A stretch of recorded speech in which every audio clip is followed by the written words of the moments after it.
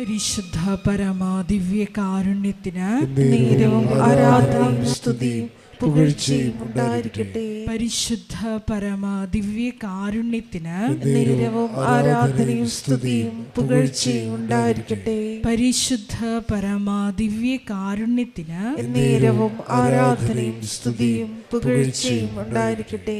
നമുക്കെല്ലാവർക്കും കൃപാസനം പ്രത്യക്ഷീകരണ മധ്യസ്ഥ പ്രാർത്ഥന ഏറ്റുചൊല്ലി പ്രാർത്ഥിക്കാം. അമ്മേ പരിശുദ്ധ അമ്മേ, പരിശുദ്ധ അമ്മേ, ദൈവമാതാവേ, കൃപാസനത്തിലൂടെ ഞങ്ങൾക്കും ഞങ്ങളുടെ ദേശത്തിനും അമ്മ മധ്യസ്ഥം തേടി തന്ന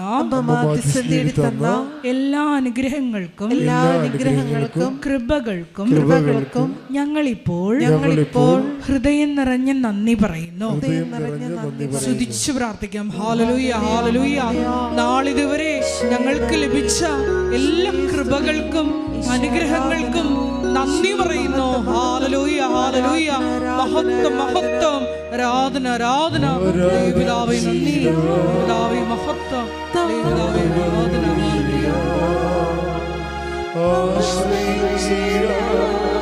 ദിവ്യകാരുണ്യത്തെ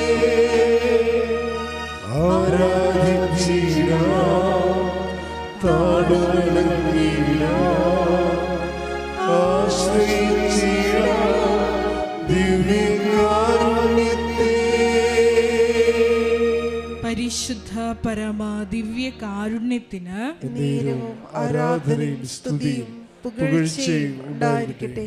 പരിശുദ്ധ പരമാ ദിവ്യ കാരുണ്യത്തിന് നേരവും ആരാധനയും സ്തുതിയും പുകഴ്ചയും ഉണ്ടായിരിക്കട്ടെ. പരിശുദ്ധ പരമാ ദിവ്യ കാരുണ്യത്തിന് നേരവും ആരാധനയും സ്തുതിയും പുകഴ്ചയും ഉണ്ടായിരിക്കട്ടെ. അമ്മേ പരിശുദ്ധ അമ്മേ, പരിശുദ്ധ അമ്മേ, ദൈവമാതാവേ, 2004 ഡിസംബർ 7-ാം തീയതി ഉച്ച കഴിഞ്ഞ് 2:30 കൃപാസനത്തിൽ സംഭവിച്ച അമ്മയുടെ പ്രത്യക്ഷപ്പെടലിനെ കുറിച്ച് തിരുസഭയ്ക്ക് സമർപ്പിച്ചിരിക്കുന്ന പഠനരേഖകളുടെ മേൽ വസ്തുനിഷ്ഠവും ദൈവശാസ്ത്ര വിധി പ്രകാരമുള്ളതുമായ അന്വേഷണ പഠനങ്ങൾ നടത്തി ആ പ്രത്യക്ഷപ്പെടലിലൂടെ പ്രകടമായ ദൈവമാതാവിന്റെ പ്രത്യേക കരുതലും സംരക്ഷണവും വെളിപ്പെടുത്തുന്ന പീഡിതരുടെ ആശ്വാസവും പ്രവാചകന്മാരുടെ രാജ്ഞിയും വാഗ്ദാനത്തിന്റെ പേടകവും പ്രപഞ്ച പ്രകൃതിയുടെ മാതാവുമായ പരിശുദ്ധ അമ്മയുടെ ഭക്തി തിരുസഭയിൽ കൂടുതൽ പ്രചരിച്ച് ജീവിതത്തിന്റെ ദുരിത ദുരന്ത അവസ്ഥകളിൽ അകപ്പെട്ടു കഴിയുന്ന അനേകായിരം മക്കൾക്ക് ദൈവത്തിന്റെ സാന്നിധ്യവും സന്ധിപ്പും കൂടുതൽ അനുഭവിക്കുക വഴി ആത്മീയ വിശുദ്ധിയും ദൈവശക്തിയും കൈവരിക്കുവാൻ ഞങ്ങളുടെ കുടുംബങ്ങളെ ഇടയാക്കണമേ. സ്തുതിച്ചു പ്രാർത്ഥിക്കാം. Hallelujah, hallelujah, hallelujah. ദിവ്യകാരുണ്യനാഥ, മരിയൻ ഉടമ്പടിയെടുത്ത് പ്രാർത്ഥിക്കുന്ന ഞങ്ങളുടെ കുടുംബങ്ങളെ വിശുദ്ധീകരിക്കണമേ എന്ന് പ്രാർത്ഥിക്കുന്നു, ശക്തീകരിക്കണമേ എന്ന് പ്രാർത്ഥിക്കുന്നു, ആത്മാവാൽ വഴി നടത്തണമേ എന്ന് പ്രാർത്ഥിക്കുന്നു, വലിയ വലിയ സാക്ഷികളാക്കി ഉയർത്തണമേ എന്ന് പ്രാർത്ഥിക്കുന്നു. Hallelujah, hallelujah. ദൈവപിതാവേ നന്ദി, ദൈവപിതാവേ മഹത്വം, ദൈവപിതാവേ ആരാധന.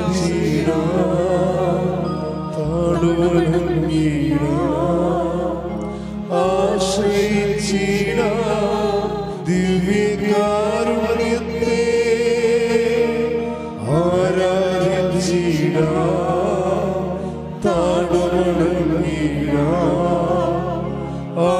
ആശ്രയിച്ചിടാം ദിവ്യകാരുണ്യത്തെ പരിശുദ്ധ പരമ ദിവ്യ കാരുണ്യത്തിന് എന്നേരവും ആരാധനയും സ്തുതിയും പുകഴ്ചയും ഉണ്ടായിരിക്കട്ടെ. പരിശുദ്ധ പരമ ദിവ്യ കാരുണ്യത്തിന് എന്നേരവും ആരാധനയും സ്തുതിയും പുകഴ്ചയും ഉണ്ടായിരിക്കട്ടെ. പരിശുദ്ധ പരമ ദിവ്യ കാരുണ്യത്തിന് എന്നേരവും ആരാധനയും സ്തുതിയും പുകഴ്ചയും ഉണ്ടായിരിക്കട്ടെ. അമ്മേ പരിശുദ്ധ അമ്മേ, അമ്മേ പരിശുദ്ധ അമ്മേ, ഭൂസ്വർലോകങ്ങളുടെ രാജ്ഞിയായ അങ്ങയ്ക്ക് ഭൗമ സംരക്ഷണത്തിനായി പ്രപഞ്ച പ്രകൃതിയെ തന്നെ തിരുസഭ പ്രതിഷ്ഠിക്കുവാൻ ഈ പ്രത്യക്ഷീകരണം വഴി ഇടയാക്കണമേ. പരിശുദ്ധ അമ്മേ, ജപമാല മാതാവേ, സകല കൃപാസനം പ്രാർത്ഥനകളോടും ചേർത്ത്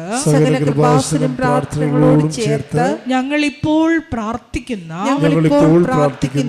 ഈ സമൂഹത്തിന്റെ പ്രത്യേക നിയോഗങ്ങളും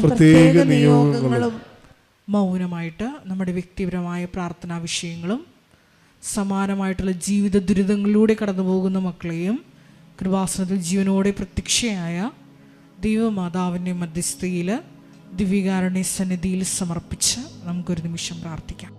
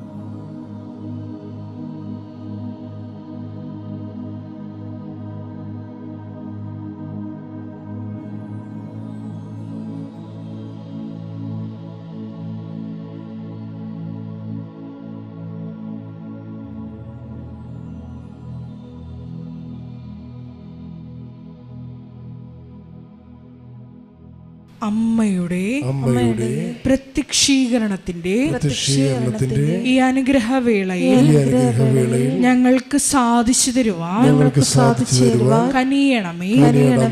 ആമേൻ. സ്തുതിച്ചു പ്രാർത്ഥിക്കാം. Hallelujah, hallelujah, hallelujah, hallelujah. ഒരിക്കൽ കൂടി നാളുകവരെ കൃപാസനത്തിൽ വന്ന് മരിയൻ ഉടമ്പടിയെടുത്ത് പ്രാർത്ഥിച്ചു പോയിട്ടുള്ള മുഴുവൻ മക്കളെയും, ഓൺലൈനായി ഉടമ്പടിയെടുത്ത് പ്രാർത്ഥിക്കുന്ന മക്കളെയും, ലൈറ്റ് ക്യാൻഡിൽ പ്രയർ വഴിയായിട്ടും അവർ ഡെയിലി ബ്രെഡ് പ്രാർത്ഥനയിലൂടെയും എല്ലാം തങ്ങളുടെ നിയോഗങ്ങൾ സമർപ്പിക്കുന്ന ഓരോ മക്കളുടെയും വ്യക്തിപരമായ ആവശ്യങ്ങളെ ഞങ്ങൾ ഈ അൾത്താരയിൽ സമർപ്പിച്ച് പ്രാർത്ഥിക്കുന്നു. ഏറെ പ്രത്യേകമായിട്ട് ജീവിത ദുരിതങ്ങളിലൂടെ കടന്നു പോകുന്ന മക്കളുടെ പ്രത്യേകമായ നിയോഗങ്ങളെ ഈ അൾത്താരയിൽ സമർപ്പിച്ച് പ്രാർത്ഥിക്കുന്നു. ഗുരുതരമായിട്ടുള്ള രോഗാവസ്ഥകളിലൂടെ കടന്നു പോകുന്ന മക്കളെ ഈ അൾത്താരയിൽ സമർപ്പിച്ച് പ്രാർത്ഥിക്കുന്നു. കടഭാരത്താൽ വലയുന്നവരെയും, ജോലി ഇല്ലാതെ വിഷമിക്കുന്നവരെയും, വിവാഹബന്ധം പിരിഞ്ഞു നിൽക്കുന്നവരെയും, മക്കളില്ലാതെ വിഷമിക്കുന്ന ദമ്പതികളെയും കുഞ്ഞു മക്കളെയും പ്രത്യേകമായിട്ട് സമർപ്പിച്ച് പ്രാർത്ഥിക്കുന്നു. ഇതിന്റെ ശക്തി എല്ലാ മേഖലകളിലും ഈ ആരാധനയുടെ യോഗ്യതയാൽ പ്രകടമാക്കണമേ എന്ന് പ്രാർത്ഥിക്കുന്നു. കൃപാസനത്തിൽ നടന്ന പരിശുദ്ധ അമ്മയുടെ പ്രത്യക്ഷീകരണ സ്ഥിരീകരണത്തിനായി മക്കളുടെ നിയോഗങ്ങളെ ഏറ്റെടുക്കണമേ എന്ന് പ്രാർത്ഥിക്കുന്നു. Hallelujah, hallelujah, hallelujah. മഹത്വം, മഹത്വം, ആരാധന, ആരാധന. Hallelujah, hallelujah, hallelujah. മത്തായി 10:32 മനുഷ്യരുടെ മുന്നിൽ എന്നെ ഏറ്റുപറയുന്നവനെ എൻ്റെ സ്വർഗ്ഗസ്ഥനായ പിതാവിൻ്റെ മുമ്പിൽ ഞാനും ഏറ്റുപറയും. എൻ്റെ പേര് എൽന, ഞങ്ങൾ ഇതെൻ്റെ പപ്പയാണ്, ഇതെൻ്റെ അമ്മയാണ്. ഞങ്ങൾ മൂവാറ്റുപുഴയിൽ നിന്നാണ് വരുന്നത്. ഞങ്ങൾ യാക്കോബായ സഭയിൽ അംഗങ്ങളാണ്. ഞാൻ അമ്മ ജീവനോട് പ്രത്യക്ഷപ്പെട്ട ഈ അൾത്താരയിൽ നിന്നുകൊണ്ട് എൻ്റെ കുടുംബത്തോടു കൂടി എനിക്ക് സാക്ഷ്യം പറയാൻ ഭാഗ്യം തന്നതിൽ അമ്മയ്ക്കും ഈശോയ്ക്കും കോടാനുകൂടി നന്ദി. എൻ്റെ അമ്മ 2022 തൊട്ട് ഉടമ്പടിയിലാണ്. അമ്മയുടെ ഉടമ്പടിയിൽ ഉടമ്പടി പ്രാർത്ഥനയിലും പ്രേക്ഷിത പ്രവർത്തനത്തിലും ഞാനും പങ്കാളിയായിരുന്നു. അന്നേരം ഞാൻ ഉടമ്പടി എടുത്തിരുന്നില്ല. പിന്നീട് ജൂലൈ 7 2025 ഞാൻ കൃപാസനത്തിൽ വന്ന് തീർത്ഥാടന ഉടമ്പടി എടുക്കുന്നത്. ഇന്ന് ഞാനിവിടെ വന്നിരിക്കുന്നത് എൻ്റെ അമ്മയും ഈശോയും എൻ്റെ പിറന്നാൾ മാസമായ ഫെബ്രുവരിയിൽ എനിക്ക് സ്വർഗത്തിൽ നിന്ന് ഇറക്കി തന്ന എൻ്റെ ജോലിയുടെ സാക്ഷ്യം പറയാനാണ് ഞാൻ ഇന്ന് ഇവിടെ വന്നിരിക്കുന്നത്. ഞാൻ BTech നല്ല CGPയിലൂടെ പാസ്സായ ഒരു വിദ്യാർത്ഥിനിയാണ്. കഴിഞ്ഞ ജൂൺ മാസത്തിൽ പാസ്സായ ഒരു വിദ്യാർത്ഥിനിയാണ്. എനിക്ക് അക്കാഡമിക് നല്ല ബാക്ക്ഗ്രൗണ്ട് ഉള്ളതുകൊണ്ട് ഞാൻ വിശ്വസിച്ചിരുന്നത് എനിക്ക് എന്തായാലും ജോലി ലഭിക്കുമെന്നായിരുന്നു. ഞാൻ എൻ്റെ മെറിറ്റിലാണ് പൂർണ്ണമായി വിശ്വസിച്ചിരുന്നത്. പക്ഷേ ഞാൻ 100 കണക്കിന് ആപ്ലിക്കേഷൻ അയച്ചിട്ടും റഫറലിന് വേണ്ടി ഒത്തിരി പേരോട് ആവശ്യപ്പെട്ടിട്ടും ക്യാമ്പസ് പ്ലേസ്മെൻറ്റിൽ ഓരോ റൗണ്ടിൽ എത്തിപ്പെട്ടിട്ടും എല്ലായിടത്തും എനിക്ക് ഫെയിലിയേഴ്സും റിജക്ഷൻസും ആണ് കിട്ടിയിരുന്നത്. എൻ്റെ കൂടെയുള്ള എല്ലാവരും എൻ്റെ പല മേഖലകളിൽ പല സ്ഥലങ്ങളിൽ പല കമ്പനിയിൽ ജോയിൻ ചെയ്യുകയും എന്നെ പള്ളിയിൽ പോയാലും എവിടെ പോയാലും എല്ലാവരുടെയും ചോദ്യങ്ങൾക്ക് ജോലി ആയില്ലേ എന്ന ചോദ്യങ്ങൾക്ക് ഉത്തരം പറഞ്ഞ് ഞാൻ വളരെയധികം ഒറ്റപ്പെട്ടിലായി. അതിനുശേഷമാണ് ഞാൻ കൃപാസനത്തിൽ വന്ന് ഉടമ്പടി എടുക്കുന്നത്. പിന്നീട് ഒരു പുതുക്കലിന് ശേഷം ഞാൻ ഡിസംബർ 7 അമ്മ പ്രത്യക്ഷപ്പെട്ട ഈ സന്നിധിയിൽ അമ്മയെ ഈശോപ്പച്ചനെ മുത്തുവാൻ വന്ന അവസരത്തിൽ ഞാൻ ഇവിടെ വന്ന് അമ്മയെ ഈശോപ്പച്ചനെ മുത്തിക്കൊണ്ട് പറഞ്ഞു, എത്ര താമസിച്ചാലും അമ്മയെ ഈശോപ്പച്ചനും എനിക്ക് ഒരു ജോലി തരുമെന്ന് എനിക്ക് ഉറപ്പാണ്. അമ്മയ്ക്ക് ഈശോപ്പച്ചനും എന്നെക്കുറിച്ചൊരു പദ്ധതി ഉണ്ടെന്ന് എനിക്ക് മനസ്സിലായി. അതൊരിക്കലും നാശത്തിന് വേണ്ടിയല്ല, ക്ഷേമത്തിന് വേണ്ടിയുള്ള പദ്ധതിയാണെന്ന് എനിക്കറിയാം. അതുകൊണ്ട് ജോലി എത്ര താമസിച്ചാലും അമ്മയും ഈശോപ്പച്ചനും എനിക്ക് തരുമെന്ന് ഉറപ്പുള്ളത് കൊണ്ട് ഞാൻ ഇന്ന് നന്ദി പറഞ്ഞിട്ടാണ് ഇവിടെ നിന്ന് പോയിരുന്നത്. പിന്നീട് ഡിസംബർ 15 ഞാൻ ബഹുമാനപ്പെട്ട ജോസഫ് അച്ഛനെ കാണുവാൻ വന്നു. അച്ഛൻ്റെ ബ്ലെസ്സിങ്ങിൻ്റെ സമയത്ത് ഞാൻ അച്ഛനോട് ഞാൻ ഇനി പഠിക്കണോ അതോ ജോലിക്ക് തന്നെ ശ്രമിക്കണമോ എന്ന് ചോദിച്ചു. അതിനെ തുടർന്ന് അച്ഛൻ എന്നോട് ഒരു നമ്പർ പറയുവാൻ ആവശ്യപ്പെട്ടു. അപ്പോൾ ഞാൻ 7 എന്നൊരു നമ്പർ പറയുകയും അച്ഛൻ അമ്മയെ നോക്കിക്കൊണ്ട് 7 നടക്കുമെന്ന് എന്നോട് പറഞ്ഞു. പക്ഷേ ഏത് ദിവസമാണോ മാസമാണോ തീയതിയാണോ എന്നൊന്നും എനിക്ക് മനസ്സിലായില്ലായിരുന്നു. അത് കഴിഞ്ഞ് പിന്നെ ഞാൻ എൻ്റെ പ്രാർത്ഥനയിൽ കൂടുതൽ ശക്തീകരിക്കും, എൻ്റെ പ്രേക്ഷിത പ്രവർത്തനം കൂടുതൽ ആഴപ്പെടുകയും ഞാൻ അമ്മയോട് ഈശോപ്പച്ചനോടും ഒരു സോഫ്റ്റ്വെയർ കമ്പനിയിൽ എനിക്ക് ജോലി കിട്ടണമെങ്കിൽ അത് 4-5 റൗണ്ട് പാസ്സായിട്ട് വേണം ജോലിക്ക് കയറുവാൻ. അമ്മയും ഈശോപ്പച്ചനും എനിക്ക് അമ്മയുടെ ഈശോപ്പച്ചനെയും ഉടമ്പടിയുടെ ഫാക്ടേഴ്സായ ലൈറ്റ് വെയ്റ്റിങ്ങും ടൈം ഷോർട്ടിങ്ങിലൂടെ ഒരു ജോലി തരണമെന്ന് ഞാൻ കഠിനമായി പ്രാർത്ഥിച്ചു. അതിനെ തുടർന്ന് എനിക്ക് ഒറ്റ ഇൻ്റർവ്യൂവിൽ തന്നെ എന്നെ ഡിസംബർ 17 ഒരു HR വിളിക്കുകയും ഒരു പ്രമുഖ കമ്പനി ക്ലേസിസ് എന്ന കമ്പനിയിൽ ഒരു HR വിളിക്കുകയും ഞാൻ പഠിച്ചിട്ടില്ലാത്തൊരു മേഖലയിൽ എനിക്കൊരു ഡെവലപ്പർ പൊസിഷനായിട്ട് എന്നെ ഇൻ്റർവ്യൂവിന് ഷെഡ്യൂൾ ചെയ്യുകയും ചെയ്തു. പിറ്റേന്ന് ഡിസംബർ 18 ആ ഇൻ്റർവ്യൂവിൻ്റെ സമയത്ത് ഞാൻ അമ്മയുടെ സാന്നിധ്യമുണ്ടെന്ന് മനസ്സിലാക്കുവാൻ വേണ്ടി ഗ്രേ കളർ ഡ്രസ്സിട്ട് ഒരു മാം ആയിരിക്കണം എൻ്റെ ഇൻ്റർവ്യൂവർ എന്ന് ഞാൻ പറഞ്ഞിരുന്നു. അതിന് പ്രകാരം അമ്മ പ്രത്യക്ഷപ്പെട്ട സമയമായ 2:30 തന്നെ എൻ്റെ ഇൻ്റർവ്യൂ നടക്കുകയും ആ സമയത്ത് എൻ്റെ ഇൻ്റർവ്യൂവർ ഒരു മാമും അതേപോലെ തന്നെ ഞാൻ ആവശ്യപ്പെട്ടതുപോലെ എൻ്റെ ഇൻ്റർവ്യൂവർ ഗ്രേ ഡ്രസ് ഇട്ടാണ് അന്ന് വരുന്നത്. എൻ്റെ ഇൻ്റർവ്യൂവിൻ്റെ സമയത്ത് ഞാൻ ഉടമ്പടി വസ്തുക്കളായ ഉപ്പ് മേശയുടെ അടിയിൽ ഇടുകയും വിശ്വാസപ്രമാണം ചൊല്ലി തൈലം പൂശുകയും ലാപ്ടോപ്പിലും എൻ്റെ നാവിൽ പൂശുകയും 2 തിരി നീലയും പച്ചത്തിരിയും കത്തിച്ചിട്ടാണ് ഞാൻ ഇൻ്റർവ്യൂ അറ്റൻഡ് ചെയ്തത്. എനിക്ക് ഇൻ്റർവ്യൂ അത്ര സുഖകരമല്ലായിരുന്നു. എനിക്കറിയില്ലാത്തൊരു ഒരുപാട് പോർഷനിൽ നിന്ന് എന്നോട് ചോദ്യം ചോദിച്ചു. പക്ഷേ ഞാൻ എൻ്റെ ഇൻ്റർവ്യൂ പൂർണ്ണമായി എൻ്റെ അമ്മയ്ക്കും ഈശോയ്ക്കും ഞാൻ സമർപ്പിച്ചു. പിന്നീട് ജനുവരി 13 ചൊവ്വാഴ്ച എന്നെ ആ കമ്പനിയിൽ നിന്ന് HR വീണ്ടും വിളിച്ചു. ഞാൻ 1 മാസത്തെ ട്രെയിനിങ്ങിലേക്ക് ഞാൻ സെലക്റ്റായി എന്നും ആ ട്രെയിനിങ് സമയത്ത് എൻ്റെ പെർഫോമൻസ് അസസ് ചെയ്തിട്ടാണ് എന്നെ പെർമനൻറ്റ് എംപ്ലോയി ആയി എടുക്കുമോ ഇല്ലേ എന്ന് തീരുമാനിക്കൂ എന്ന് പറയുകയും ചെയ്തു. അതിനെ തുടർന്ന് എൻ്റെ ട്രെയിനിങ് ആരംഭിച്ചു.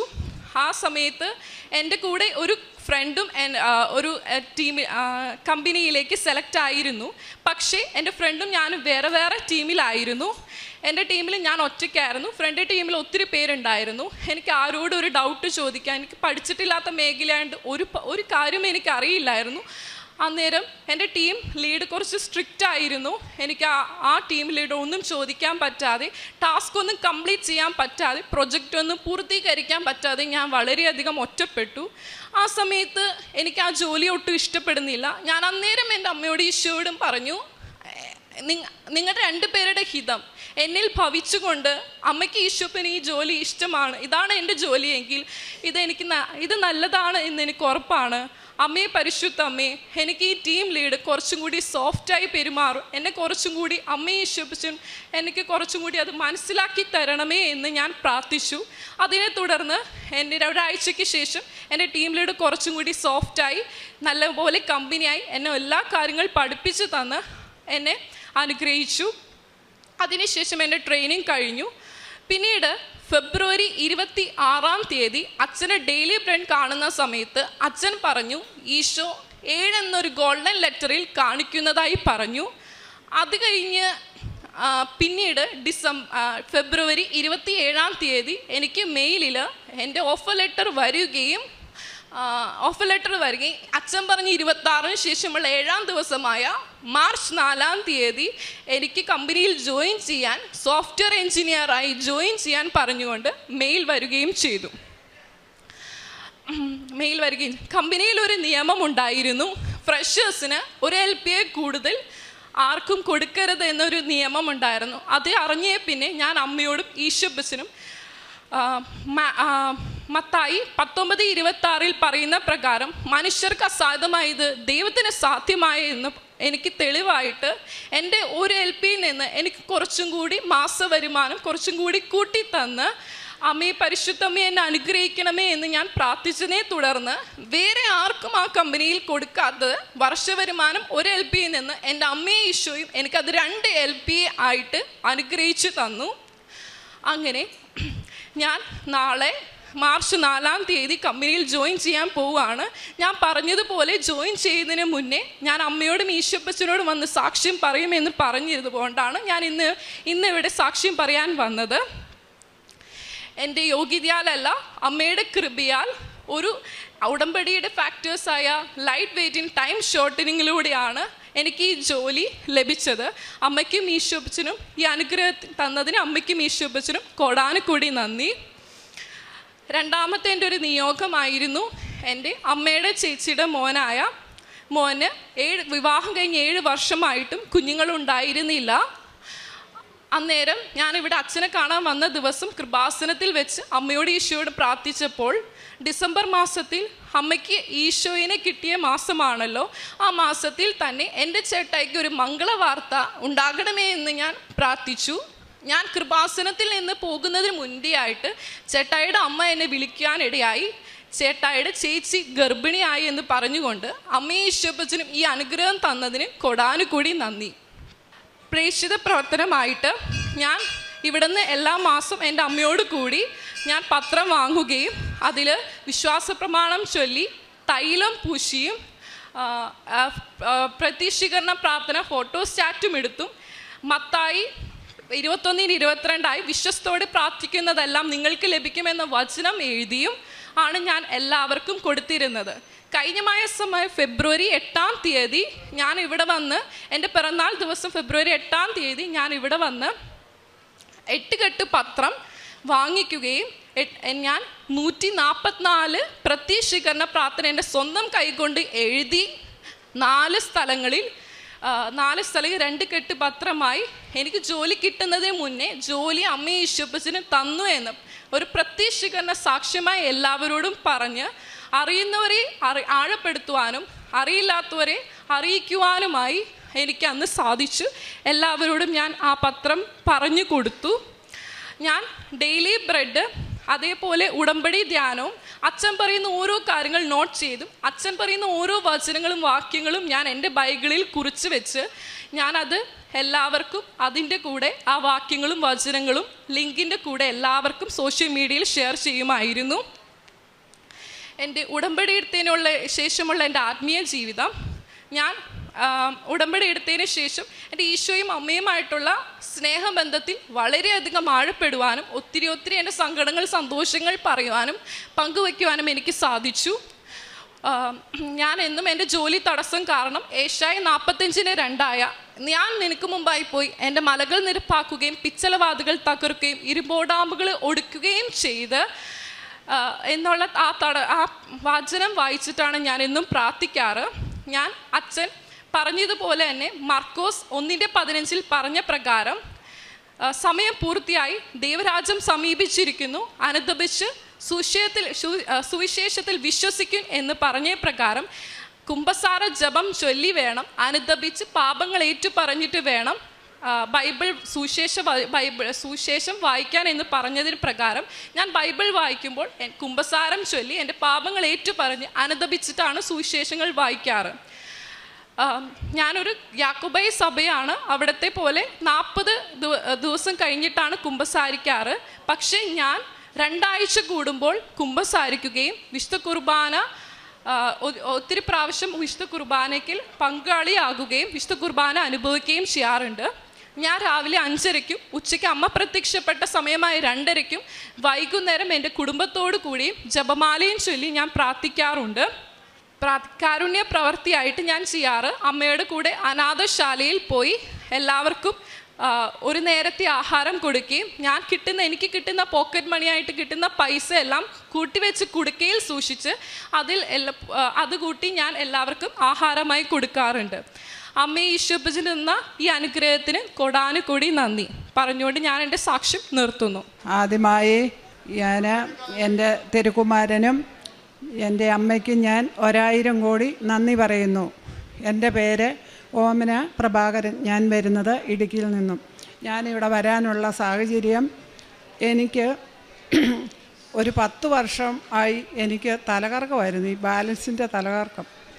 അതുണ്ടായ എനിക്ക് ആരെങ്കിലുമൊക്കെ എൻ്റെ അടുത്ത് വേണം, ഞാൻ എവിടെയെങ്കിലും കിടക്കോ ഇരിക്കുകയോ ചെയ്യുവാണെങ്കിൽ ഞാൻ പറയും, എന്നെ നിങ്ങൾ പിടിച്ചോണം കേട്ടോ, ഞാൻ താഴെ വീഴും. എന്നെ പിടിച്ചാലും ഞാൻ പറയും, എന്നെ വിടരുതേ, ഞാൻ ഈ കട്ടിലിൽ നിന്ന് താഴോട്ടാണ് പോകുന്നതെന്നും പറഞ്ഞ് ഞാൻ കടന്ന് കരഞ്ഞ് ആ കൂട്ടത്തിൽ ഞാൻ അങ്ങ് ഛർദ്ദിച്ച് ഒരുമാതിരി ആളങ്ങോട്ട് തീരെ അവശതയായി വീണു പോവും. അപ്പോഴത്തേനും എല്ലാവരും കൂടി പിടിച്ച് വണ്ടിയെ കയറ്റി ഹോസ്പിറ്റലിൽ കൊണ്ടുപോകും, ട്രിപ്പ് ഇടും, മരുന്ന് കഴിക്കാൻ തരും, വീട്ടിൽ പോരും. ഇങ്ങനെ 10 വർഷമായി ഞാൻ നടക്കാൻ തുടങ്ങിയിട്ട്. അപ്പോൾ അങ്ങനെ ഇരിക്കുമ്പോഴുണ്ട് എൻ്റെ ഒരു കൂട്ടുകാരി ഇവിടെ ഉടമ്പടി എടുത്തിട്ട് വന്നിട്ട് ഒരു പത്രം എൻ്റെ തന്നു. അപ്പോൾ എന്നോട് പറഞ്ഞു, ചേച്ചി ഈ പത്രം ഒന്ന് വായിക്കുക.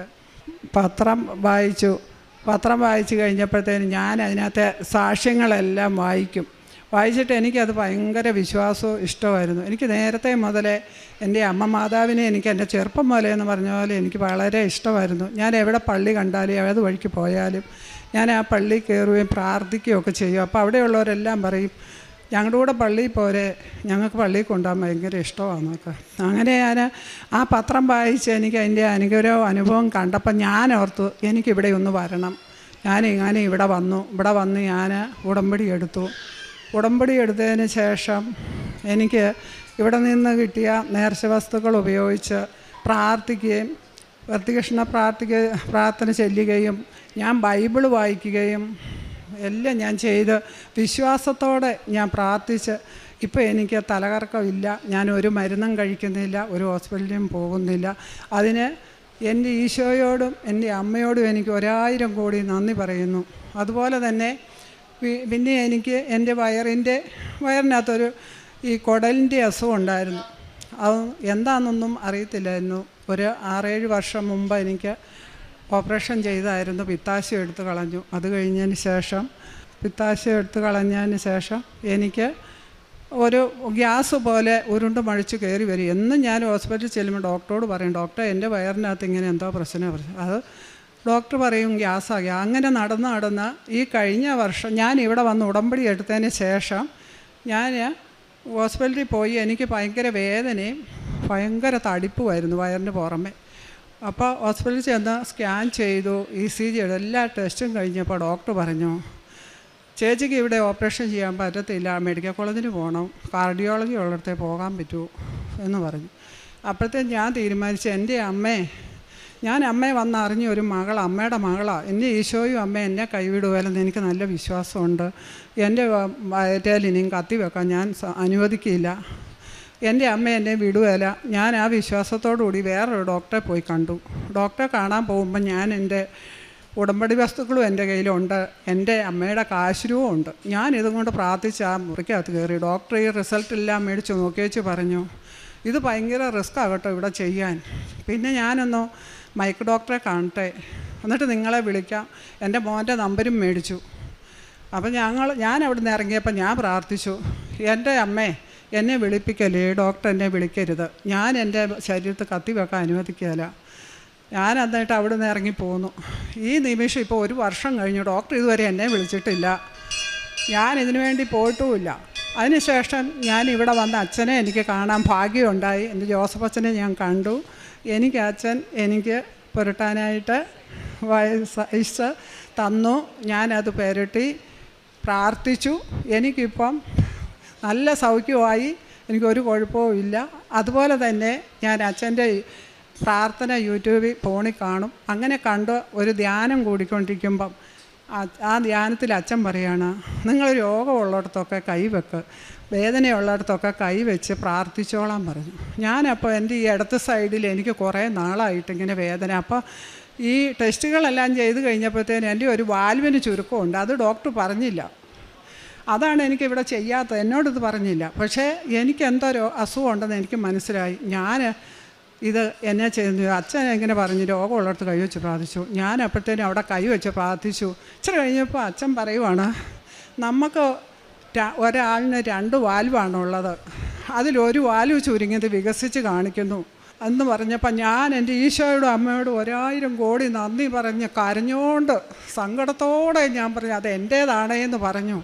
എനിക്കത് പിന്നെ ഈ നിമിഷം വരെ എനിക്കൊരു വേദനയോ പ്രയാസമോ ഒന്നും ഉണ്ടായിട്ടില്ല. അതും എൻ്റെ ഈശോയും എൻ്റെ അമ്മയും അത് ഏറ്റെടുത്ത് മാറ്റി തന്നുള്ള വിശ്വസിച്ചുകൊണ്ട് ഞാനിപ്പം പോകുന്നു. അതുപോലെ തന്നെ എനിക്ക് ജപമാല റാലി പങ്കെടുക്കാൻ പറ്റി. ഞാൻ 2 വർഷം അടുപ്പിച്ച് വന്നു. കഴിഞ്ഞ വർഷം വന്നപ്പോൾ എനിക്ക് ഭയങ്കര ശ്വാസം മുട്ടലും ചുമയൊക്കെ ആയിരുന്നു. അപ്പോൾ ഇവിടെ വന്ന് ഇത്രയും മൈൽ നടക്കണ്ടേ, എല്ലാവരും പറഞ്ഞു അർത്തങ്കപ്പള്ളിയിലേക്ക് പോയാൽ മതി, വണ്ടിക്ക് നടക്കണ്ടെന്ന് പറഞ്ഞു. ഞാൻ പറഞ്ഞു, എൻ്റെ അമ്മ എൻ്റെ കൂടെയുണ്ട്, എൻ്റെ ഈശോയും അമ്മ എന്നെ നടത്തിക്കോളും, ഞാനിതാ പോകുന്നു, അമ്മ ഞാൻ നടന്നേ പോകുന്നുള്ളെന്നും പറഞ്ഞ് ഞാൻ വന്നു.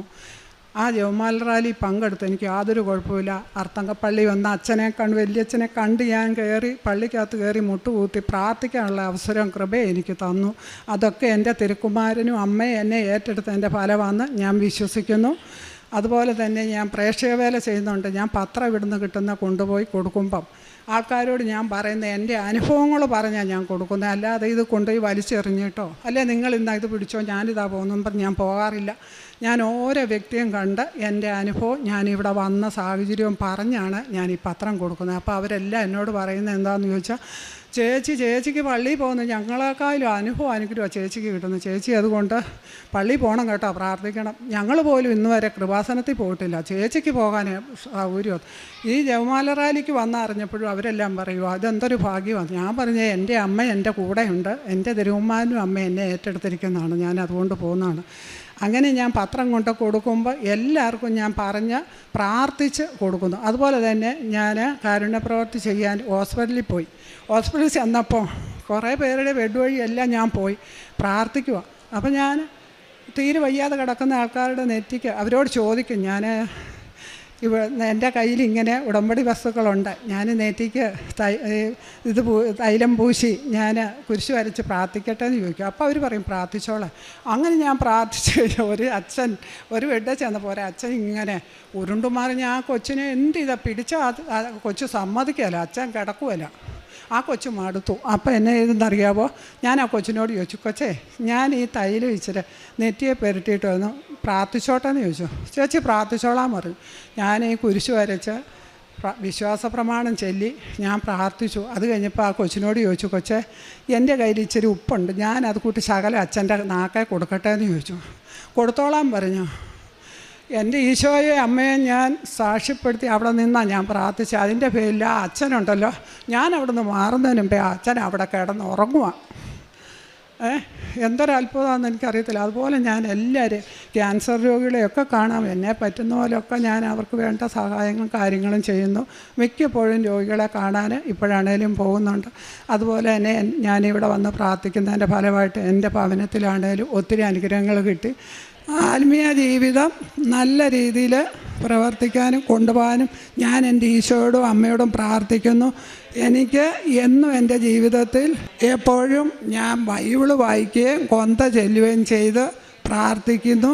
എന്നും രാവിലെയും വൈകിട്ടും തിരി കത്തിക്കുകയും പ്രാർത്ഥിക്കുകയും ചെയ്യുന്നു. ഞാൻ എവിടെയെങ്കിലും പോകാൻ ഇറങ്ങുമ്പോൾ ഞാൻ അമ്മയോട് പറയും, അമ്മേ എന്നെ തന്നെ വിടരുത്, അമ്മ എൻ്റെ ഈശോയും എൻ്റെ കൂടെ വരണം, ഞാനിത് പോകുന്ന വഴിക്ക് അമ്മ വരണം.